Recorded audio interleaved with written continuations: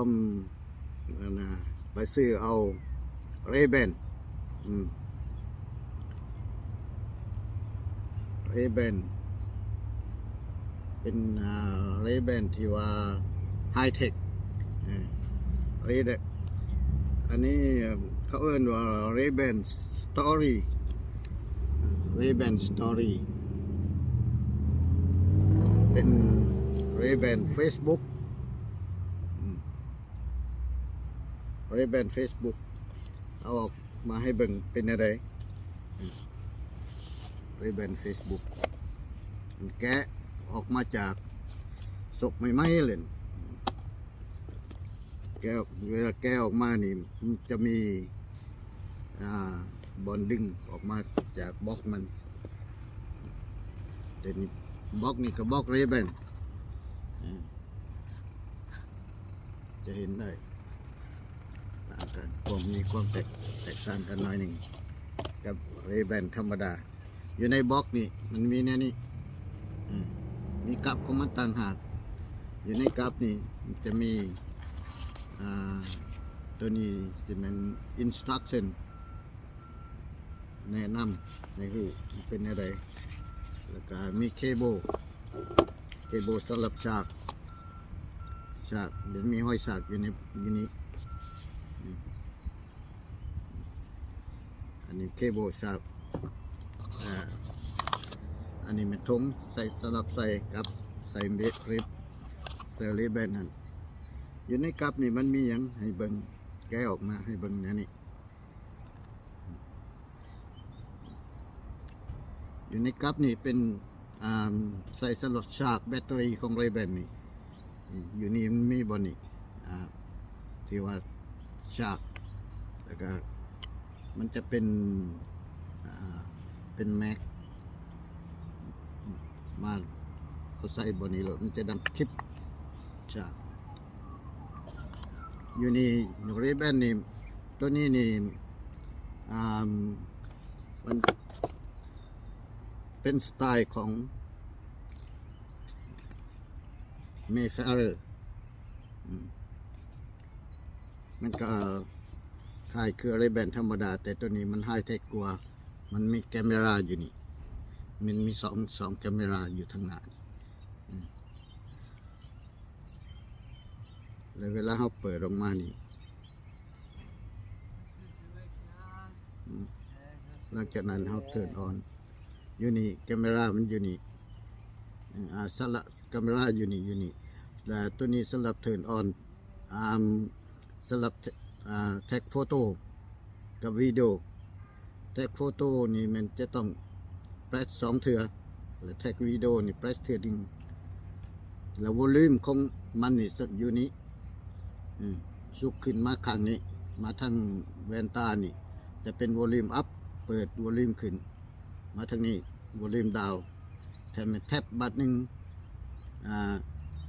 แล้วมันแท็บทั้งข้างแบบหนึ่งเลยจะเป็นเสียงเพลงแท็บอีกแบบหนึ่งแล้วมันว่าสต็อปเสียงเพลงแล้วมันถ้าเฮาแท็บ2 บาทนี่คือว่าถ้ามันมีโทรศัพท์เข้ามามันเฮารับโทรศัพท์ทับอีก2 บาทแล้วมันเฮาหยุดรับโทรศัพท์ถ้ามันทับบาทเดียวทับเลยนิ่นแล้วมันถือว่าเฮาบ่รับโทรศัพท์ที่เข้ามาอันนี้มันเป็นเลเบลที่ว่า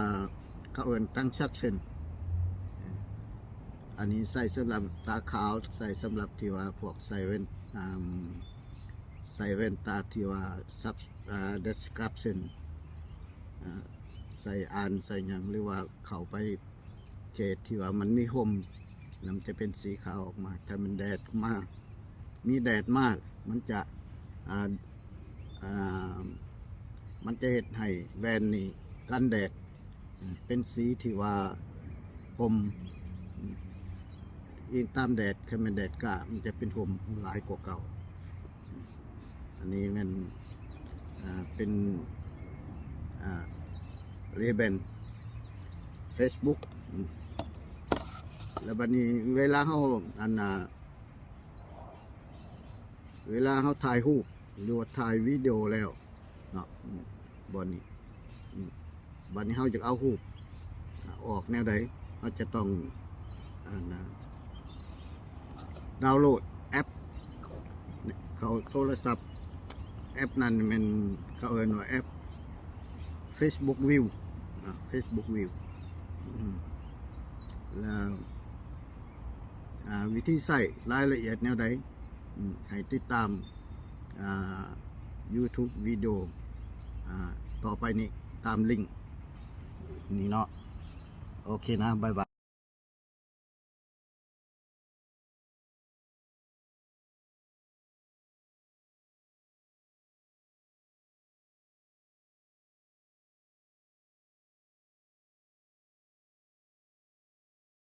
นี่มันวิดีโอถ่ายจากเรแบนเดินตัวนี้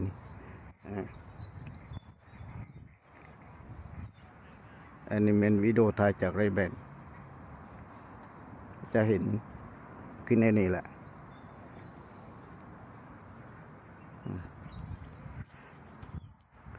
นี่มันวิดีโอถ่ายจากเรแบนเดินตัวนี้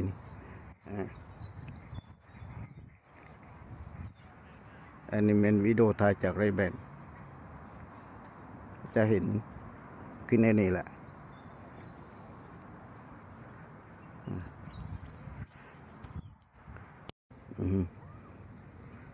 เริ่มถ่ายแล้ว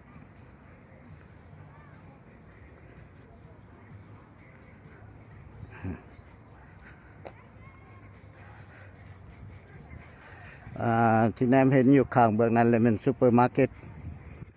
มิดแลนด์เกต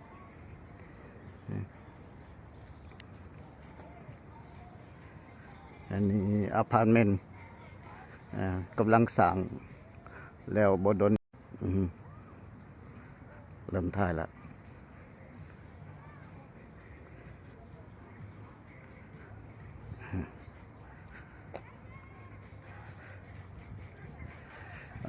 ที่แนมเห็นอยู่ข้างเบื้องนั้นเลยเป็นซูเปอร์มาร์เก็ตมิดแลนด์เกต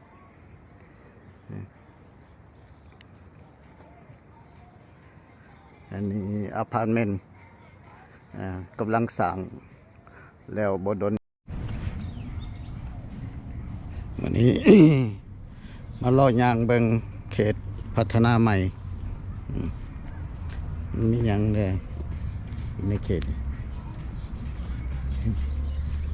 ก็อยู่ใกล้ๆบ้านนี่แหละย่างมาหานาที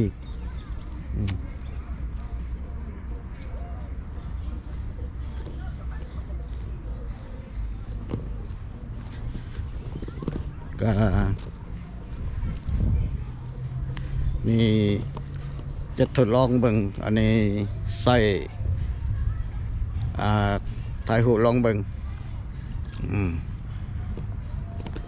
แล้วพร้อมเดียวกันนี่ก็จะถ่ายวิดีโอทางแคมราลองเบิ่งอันนี้ถ่ายวิดีโอเริ่มถ่ายแล้ว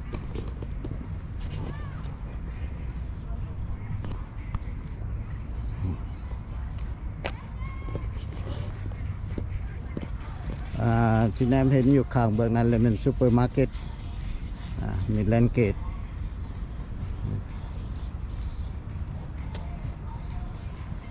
อันนี้อพาร์ตเมนต์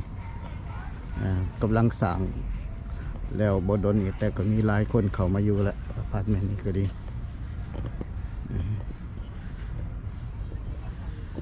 อันนี้ก็เป็นบอลเด็กน้อยลินเนาะ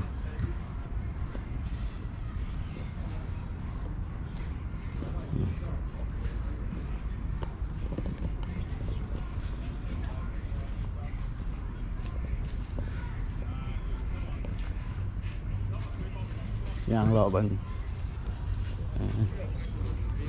บอลที่เด็กน้อยลินก็เป็นตาลินอยู่บ่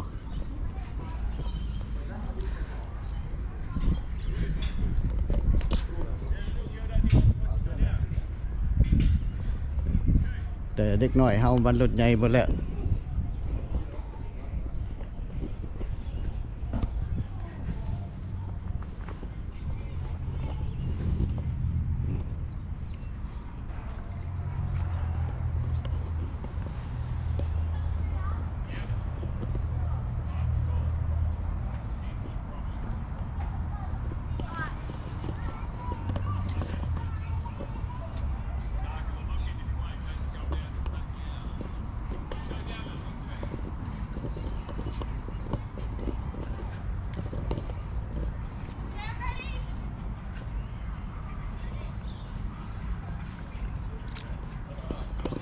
ก็ไปตาดินตาเที่ยวอยู่ได้สำหรับเด็กหน่อย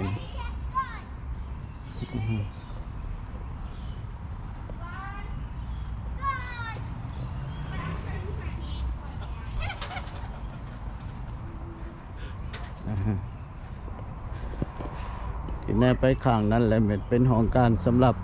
มิดแลนด์นี่แหละห้องการซิตี้คันโซสำหรับมิดแลนด์ไปทางนั้นแล้วก็แม่นเซ็นเตอร์ลิงแล้วก็โรงแรมเนาะ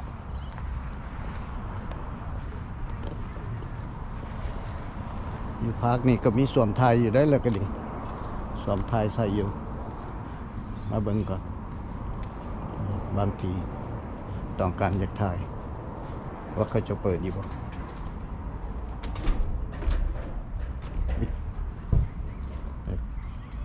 บัวเขาเปิดใส่กันอะไร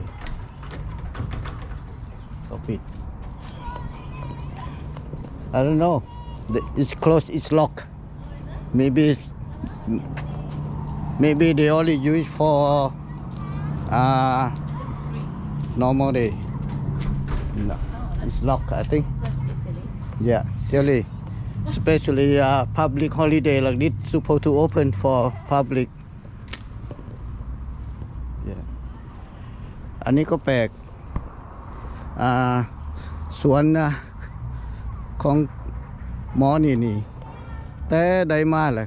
มันบ่ขายที่บอกมันสิว่าใครอยากซื้อทางซิตี้อยากซื้อมันก็บ่ขายบ่ฮู้ว่ามันรักษาไว้อีหยังสวนนี่มันก็มีแต่ปลูกอีหยังปลูกหมาก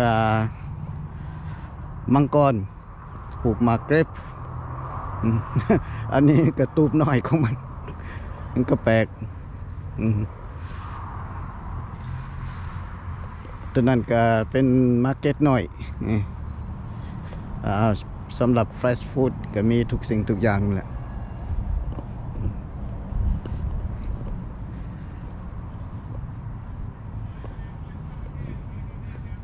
อันนี้ก็ถือว่าเป็นบอนสำหรับคอมมูนิตี้อยู่ในคุ้มนี้มาลินมาเที่ยวพักผ่อนย้อนอารมณ์เนาะอีกบ่ดนต้นไม้พวกนี้เนี่ยมันก็จะเกิดขึ้นสูงแล้วมันก็เป็นโฮมดีสำหรับยามฤดูร้อนหลายคนก็พาลูกพาเต่ามาพักผ่อนย้อนอารมณ์อยู่เขตนี้ถือว่าโอเค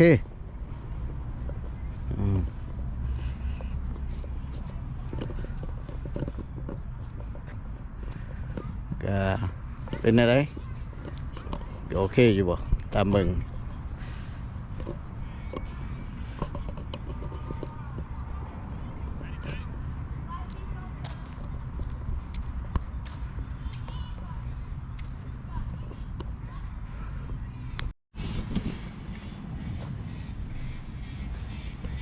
ย่างไว้เบิ่งว่าอยู่บอนไกลๆเนี่ยเขาเจ้าพากันเห็นยังสงสัยเป็นมินิกอล์ฟ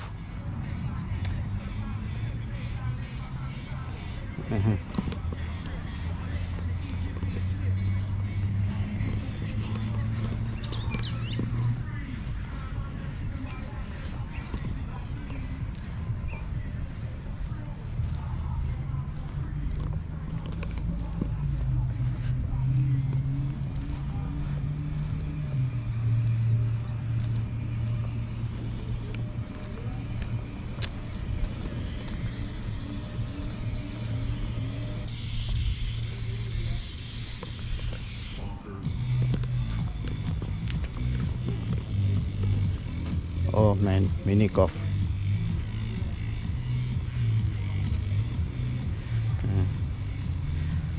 นี่เป็นภาคตัวนี้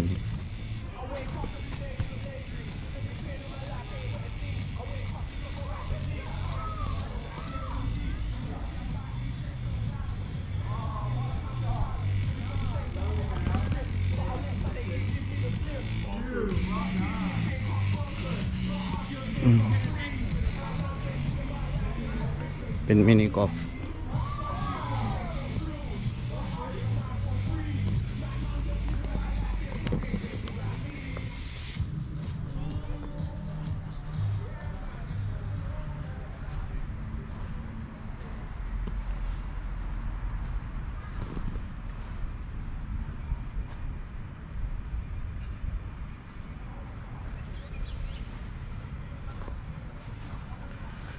อันนี้นี่บ่ฮู้ว่า